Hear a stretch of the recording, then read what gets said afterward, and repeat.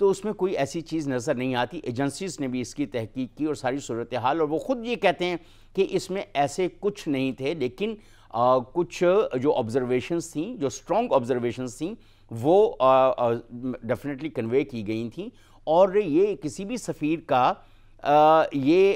فرض بنتا ہے کہ اگر ان کے کسی ملک کے بارے میں جس کے وہ سفیر ہیں کوئی شخص اچھی یا بری رائے رکھتا ہے تو وہ اس کو کنوے کریں. وہ جن لفظوں میں بات ہوتی ہے، دیکھیں میں اور آپ رضا صاحب بات فرض کریں آف کیمرہ اگر بات کرتے ہیں تو آپ کو بھی اپنی اینگر ریفلیکٹ کرنے کا حق حاصل ہے اور مجھے بھی اپنی اینگر ریفلیکٹ کرنے کا حاصل ہے، لیکن وہ کوئی کسی سٹیٹ کا نیریٹو یا وہ ایکشن نہیں بن جاتا ہے، اور ہمیں یہ تھوڑا دیکھنا پڑے گا. اور میں آج شرطیہ کہتا ہوں کہ آج عمران خان یہ اعلان کر دیں کہ پریزیڈنٹ بائیڈن نے اعلان کیا ہے کہ 1 کروڑ پی ٹی آئی کے ورکرز کو ویزا دیا جائے گا امریکہ کا. میں دیکھتا ہوں کون مائی کا لال اس ویزے کو ریفیوز کرتا ہے. امریکہ کے خلاف نعرے لگانے والے سارے لوگ جو ہیں یہ آنکھیں بند کر کے اس کشتی کے اوپر چڑھ جائیں گے جہاں پہ ویزے مل رہے ہوں گے، اور ان کی کوشش ہوگی کہ دوسروں کو دھکے دے کر یہ صرف ایک پی ٹی آئی کا معاملہ نہیں ہے، ہمارے ہاں مفاد پرستی کا عناصر ایک دوسرے کے ساتھ جو رخنے بازی ہے یہ بہت عروج پا گئی ہے. یہ شاید اس میں ہماری عوام کا قصور بھی نہیں ہے، جس طرح سے ان کو لیڈر بھڑکاتے ہیں. اور لیڈر جیسے میں بار بار کہتا ہوں یہ 5th جنریشن وار کا زمانہ ہے. خدا کے لیے سمجھنے کی کوشش کریں. دشمن نے اب آپ کے اوپر میزائل نہیں پھینکنے، انہوں نے یہی آپ کے انہی لیڈرز کو کسی نہ کسی ویسٹرن انٹرسٹ کے تحت آپ کے خلاف، آپ کے ملک کے خلاف، آپ کی جو نظریاتی سرحدیں ان کے خلاف استعمال کرنا ہے، دانستہ یا نادانستہ. رضا صاحب یہ سارے لوگ استعمال ہو رہے ہیں. کوئی تھوڑی تحمل مزاجی کے ساتھ اگر چلیں تو شاید ان کو لگے کہ ہم جو بات کر رہے ہیں وہ قوم و ملک کی کے مفاد میں نہیں ہے. اب عمران خان صاحب جتنی تاولے تھے، نعرے لگاتے تھے میاں صاحب جان دیو، ساڑی واری آن دیو، مطلب اب آپ اسی سے اندازہ لگا لیں کہ وہ اپنی باری کے انتظار میں تھے یا وہ حکومت کو پاکستانیوں کے حق میں چلانے کے لیے اب وہ حکومت کی بات کر رہے تھے. ان کا نیریٹو جو پولیٹیکل نیریٹو شروع سے ٹھیک ہے، ایک انصاف کی بنیاد انہوں نے رکھی. انہوں نے کہا کہ انصاف چونکہ اس معاشرے کے اندر نہیں ہے، سماجی انصاف بھی نہیں ہے، قانونی انصاف بھی نہیں ہے، عدلیہ کا انصاف بھی اس طرح سے موجود نہیں ہے، تو لہٰذا ان کا یہ نعرہ بک سکتا ہے. تو بنیادی طور پر تو چورن بیچنے کی بات ہے نا، چاہے آپ انصاف کا چورن بیچ لیں، چاہے آپ امریکہ کا چورن بیچ لیں. تو پہلے انصاف کا چورن بیچا گیا، اب اور چور کا اب یہ ہے کہ اب امریکہ کا چورن بیچ رہے ہیں اندر سے. تو اب یہ دیکھیں عارف نقوی صاحب امریکہ کی بات آئی، عارف نقوی صاحب نے جو بیان دیا ہے یا جو بھی صورتحال جو تحقیقات سامنے آئی ہیں، اس کے بعد عمران خان صاحب اور پی ٹی آئی کی حکومت، اور میں یہ سمجھتا ہوں کہ ایز اے پارٹی ان کے اندر بہت بڑی دراڑ، کیا اس کے ختم ہونے کے چانسز بھی ہو سکتے ہیں، کیونکہ یہاں پہ تو سیاسی پارٹی شخصیت کی بنیاد کے اوپر چلتی ہے. اور اگر عارف نقوی والا کیس اور امریکہ اور برطانیہ میں وہ سارے وہ ٹرائل ہو جاتے ہیں، اور یہ چونکہ انویسٹیگیشنز میں اس بات سامنے آ چکی ہوئی ہے کہ کتنے بلینز جو ہیں وہ دیے گئے ہیں پی ٹی آئی کو اور اس کا کوئی حساب موجود نہیں ہے، تو میرا یہ خیال ہے کہ اب یورپی ممالک، برطانیہ، امریکہ اور پاکستان میں پی ٹی آئی اور عمران خان کا مستقبل مخدوش ہے. اور اس وقت چونکہ ان کو معلوم ہے کہ ان کے ساتھ کیا ہونے والا ہے، الیکشن کمیشن آف پاکستان میں کیا ہونے والا ہے، تو وہ ایک عجیب و غریب نیریٹو بلڈ کر کے پاکستان کی فارن پالیسی کو جو ڈنٹ انہوں نے ڈالا ہے وہ ناقابل تلافی نقصان ہے، اور اس میں Pakistan will need lot of time to repair that dent. لیکن اچھی روش نہیں ہوگی اگر کوئی سیاسی جماعت اس کا مستقبل مخدوش ہو جائے. عوام کی بڑی تعداد ہے، ان کو بھی پسند کرتی ہے، ان کو ووٹ دیتی ہے. دیکھیں رضا صاحب لیکن کمپلیٹ کرنے دیں. الیکشن کمیشن کے حوالے سے انہوں نے بات کی تو وہ یہ کہتے ہیں کہ مسئلہ یہ ہے کہ تمام جو سیاسی جماعتیں ہیں ان کے کیسز کو بھی سنا جائے. پاکستان تحریک انصاف ہی کو کیوں خالی فقط آپ اسی کے پر فیصلے کو سنائیں، باقی جو جماعتیں ان کو بھی ساتھ رکھیں. ساتھ میں